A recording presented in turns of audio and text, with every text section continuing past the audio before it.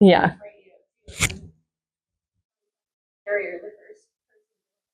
Us that like or stiffer, right? Yeah. Yeah, because they're flexing.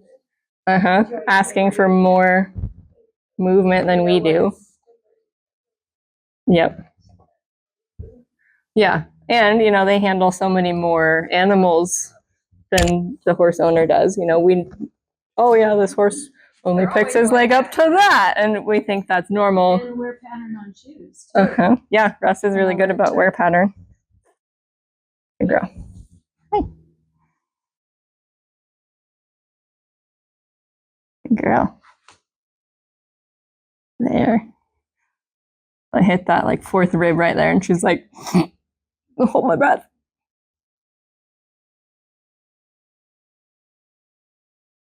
Good girl.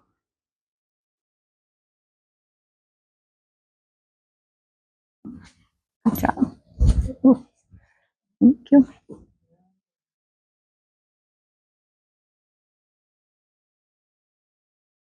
She's like, go back to my neck. I was enjoying that. You're checking now for? Now I'm into the ribs here.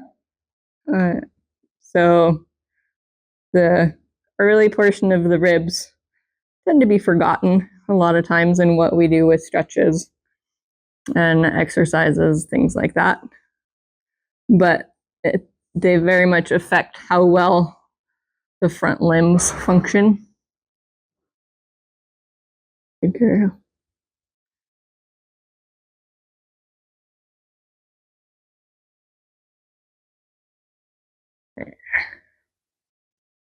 Good girl. Are you being jealous over there? Yeah.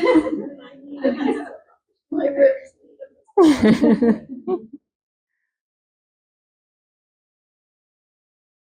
Good girl.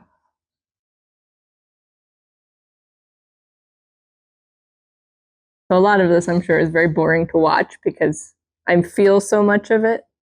There's not a lot of big action in a lot of it.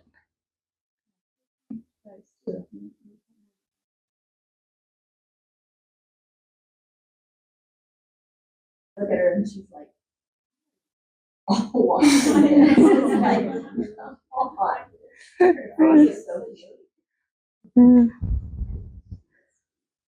Kiddo. Out of curiosity, what would be, you know, like if I had Bill Gates's money and wanted you to treat my horses as often as possible, is there a law of diminishing returns, or can you over manipulate them?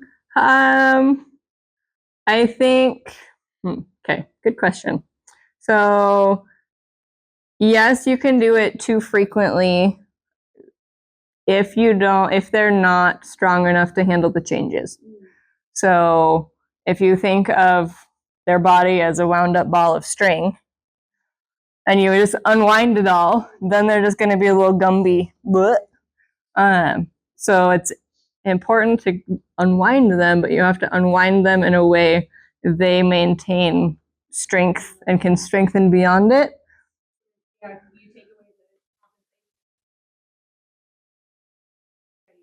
away Exactly. And that's why I ask, what's your next ride? What's your next competition? What is your riding? What does your training program look like? Those types of questions, because yeah, if I come in and a horse is protecting something and I go, hey, let's take that away, and then the owner goes to a cutting competition or something, you know, the next day, then we're going to have an injury as opposed to something beneficial.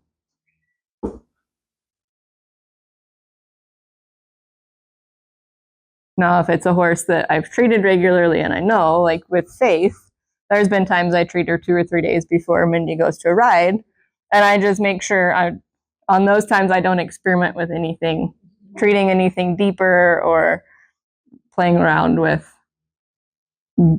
deeper corrections in her body. So we're going for optimizing what she has going on as opposed to trying to unwind a little knot that's way deep down in there. I notice it when I get back on too after Bethany's worked on her. You know, a nice long and low going out, smooth instead of, we can all feel them kind of bracing in the neck and stuff. Tense and nervous and hurting or compensating. So it does, as a writer, I've felt how well she's felt after. Yeah, Mhm. And you're always like, thank goodness. Yeah, you're like, oh, good, I wasn't I don't know crazy. if this is my crappy writing or what. Like, Right. Well, I've noticed like when my old riding young, I'm done riding, my back hurts. Yep. I've been on a younger horse, yeah. my back doesn't hurt. Yep. Because your old guy's stiffer to, Yeah. or Or you're just old. I mean, all those combined. I mean, a flash is like a